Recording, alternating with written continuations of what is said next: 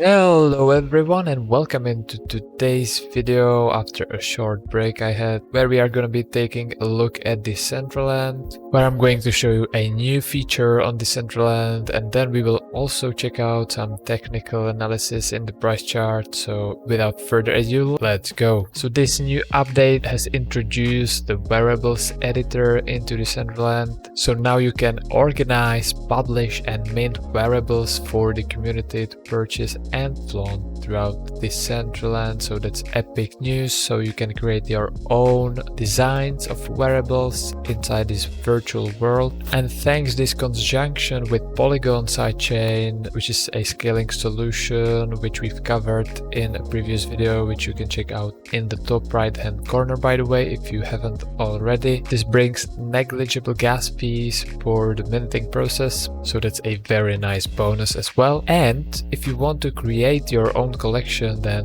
you just head into this link over here and you can start uploading your variable items straight away, and the editor will allow you to name items, model the variables on an avatar, also assign categories and item rarity, and finally set a price for each item in your collections. Also, if you are not familiar, you can do a full rundown on the Decentraland docs section how to create, edit and publish these variables. So that's right over here we can see this new section with overview and how to create, publish, and also important part, this curation committee, which has to basically be approved by this vote in place by the DAO, which just prevents buggy or offensive variables. So if you want to be sure, you can check out more here on these links about the committee and the approval process. So then it should be just a plain sailing for your variables. And finally, this important part about monetization comes after your variables have been approved.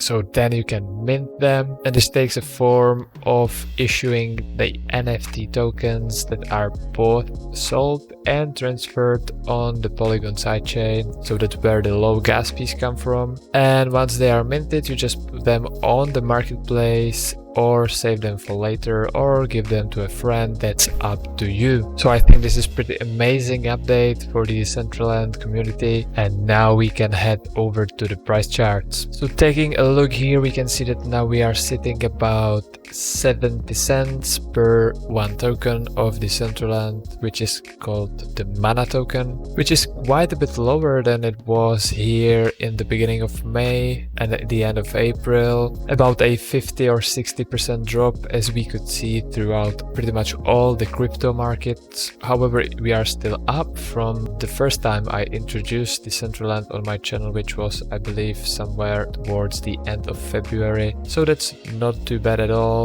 Still over 100% up. And also we can see that after we got out of this quite a long price channel going all the way back to November 2019, which had few tags on this upper resistance, we can see that since then the trend formed these kind of a parallel upper trending channels over here, and at this point of time we are just above this lower support over here, which had a few tags along here towards the end of February, beginning of March, and also more recently after the huge sell-offs here in the middle and the end of May. And now we are making pretty much a third tag on this support. Also, we can see this more of a downtrending line over here, along which the price was moving up and down pretty much since the beginning of May, and also after this huge sell-off it came back up over this downtrend line. So we have some defined downtrending channel now at the moment, where there is a possibility that it could be broken thanks to this support over here, where the price could bounce off of the support and to this breakout scenario. However, for that I think it's also important to look on the Decentraland to Bitcoin ratio, where we can see some interesting developments going on as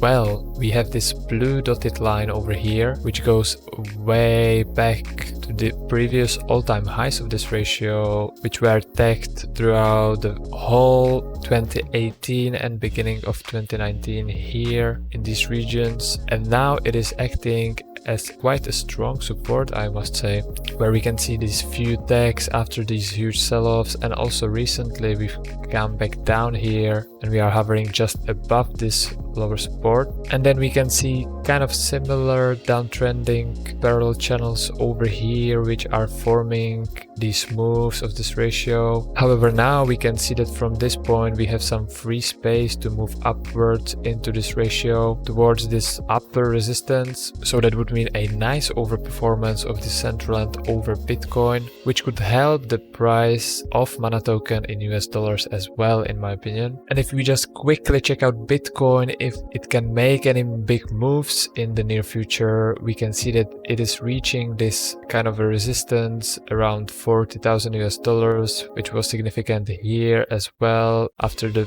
first bull run before the correction in January 2021. So we may see another move down of Bitcoin, which could boost this ratio upwards, as I talked about, which again could boost the price of the Mana tokens up as well off of this support. And this is it for today's short update about Decentraland. I hope you enjoyed this one. If so, please smash the like button to help this channel out to reach more people. And also, if you really liked it, you can subscribe for more future content to come. We should get to the usual schedule of videos pretty soon. So I thank you for watching and sticking with me. I will see you in the next one. Cheers!